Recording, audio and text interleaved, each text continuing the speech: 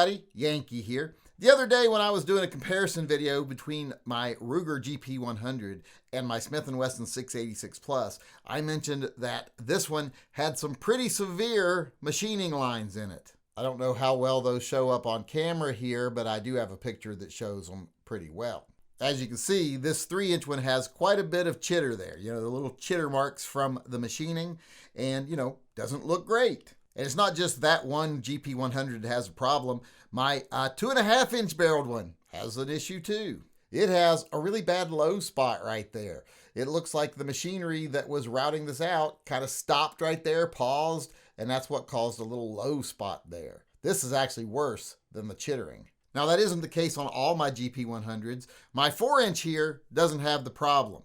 I don't know if that's because the 4-inch barrels can fit in something that the other barrels can't to be machined out a little better, or it's just that this was a more special edition gun since it is the engraved, so they took more time with it. I'm betting that's the actual fact there.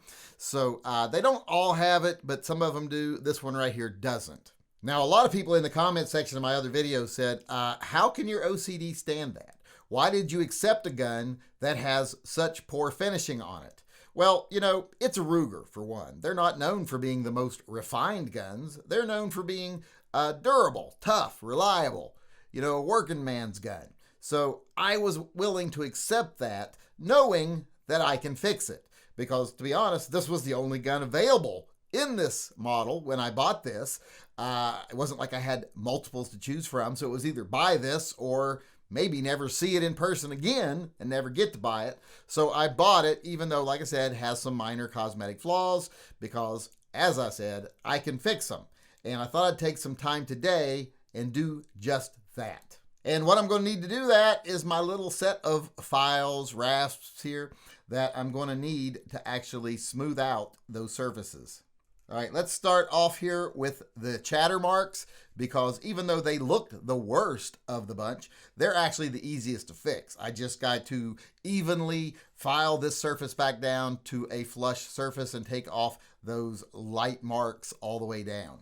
At first, you can be a little haphazard as you're taking off the surface damage here, but eventually you're going to want to start doing it in the grain that you're going to actually put the brush pattern on. So you're going to want to go from front to back as you're filing here. I started off with a little bit rougher file, and now I'm going to a little finer file here.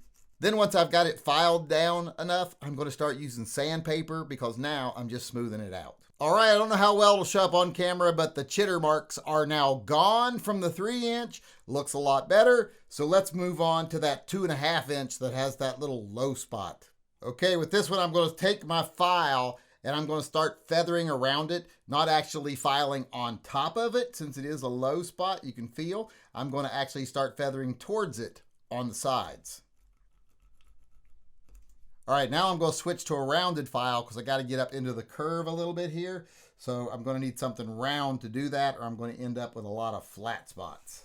All right, I'm getting it. It's actually coming out quite a bit here. You can see there that little divot's not as noticeable. It's even starting to look flush from the bottom. So just a little more work and I'll be able to start putting the texture on it. And when you're leveling out a little area like this and you think you're done, it looks like it's leveled while it's still brushed, well, take you some synthetic steel wool, give it a little polish, and I bet you'll see you're not quite done yet and you're going to have to do a little more. All right, this one took a little longer, but it is now done, or at least it's done enough. Now, little secret, I'll probably tomorrow decide it's not done enough and start all over and do it some more. But for now, looks pretty good. It definitely looks better than it did before. Like I said, don't know how well it shows up on camera, but let's do a before and after picture here. First, let's do the 2.5-inch that I got here. Let's see the before and let's see the after. And now let's see the 3-inch before and let's see the 3-inch after.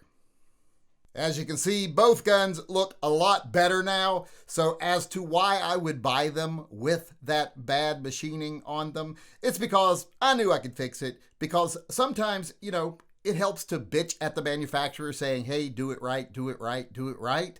But eventually, sometimes you just have to take what you can get and do it yourself.